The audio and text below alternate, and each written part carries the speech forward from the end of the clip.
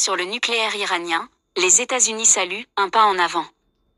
Ce samedi, des émissaires américains et iraniens ont discuté du programme nucléaire de Téhéran à Oman. Ce samedi, les États-Unis ont salué des discussions, très positives et constructives, dans un communiqué à l'issue des discussions avec l'Iran sur le programme nucléaire de Téhéran qui se sont tenues le jour même à Oman. Les pourparlers menés par l'émissaire du président américain Donald Trump, Steve Witkoff, sont un pas en avant vers un accord mutuellement satisfaisant, a ajouté la Maison-Blanche. Les menaces de Donald Trump. Adversaires de longue date, Iraniens et Américains tentent de parvenir à un nouvel accord sur le nucléaire après le retrait des États-Unis du précédent texte, décidé par Donald Trump lors de son premier mandat en 2018. Les États-Unis cherchent à mettre fin au programme nucléaire de l'Iran, qu'ils accusent de visée militaire, ce que Téhéran dément.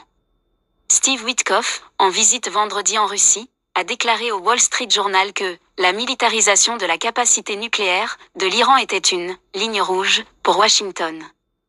Donald Trump a lui déclaré mercredi qu'une intervention militaire était tout à fait possible en cas d'absence d'accord. S'il faut recourir à la force, nous recourons à la force. Israël y sera bien évidemment très impliqué, a averti le président américain, allié du premier ministre israélien, Benjamin Netanyahou, qui agite régulièrement le spectre d'une attaque contre le programme nucléaire iranien perçu comme une menace contre son pays. De nouvelles discussions dans une semaine. Après avoir échangé brièvement avec Steve Witkoff, lors de discussions indirectes dans la capitale omanaise Mascate, le ministre iranien des Affaires étrangères, Abbas Araghchi, a pour sa part déclaré que les discussions reprendraient samedi prochain.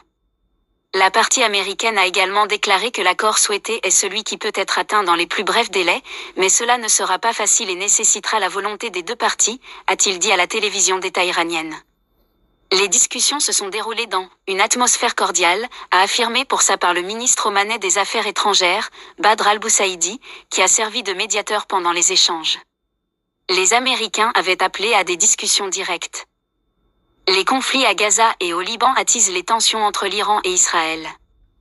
Après le retrait de Washington de l'accord de 2015 et le rétablissement de sanctions américaines à son encontre, la République islamique d'Iran a accru son niveau d'enrichissement de l'uranium jusqu'à 60%, très au-dessus de la limite de 3,67% imposée par l'accord, se rapprochant du seuil de 90% nécessaire à la fabrication d'une bombe atomique.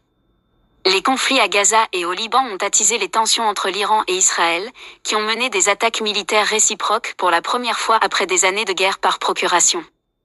Pour Karim Bitar, enseignant à Sciences Po Paris, la seule et unique priorité est la survie du régime, idéalement, l'obtention d'un peu d'oxygène, d'un allègement des sanctions, afin de relancer l'économie, car le régime est devenu assez impopulaire.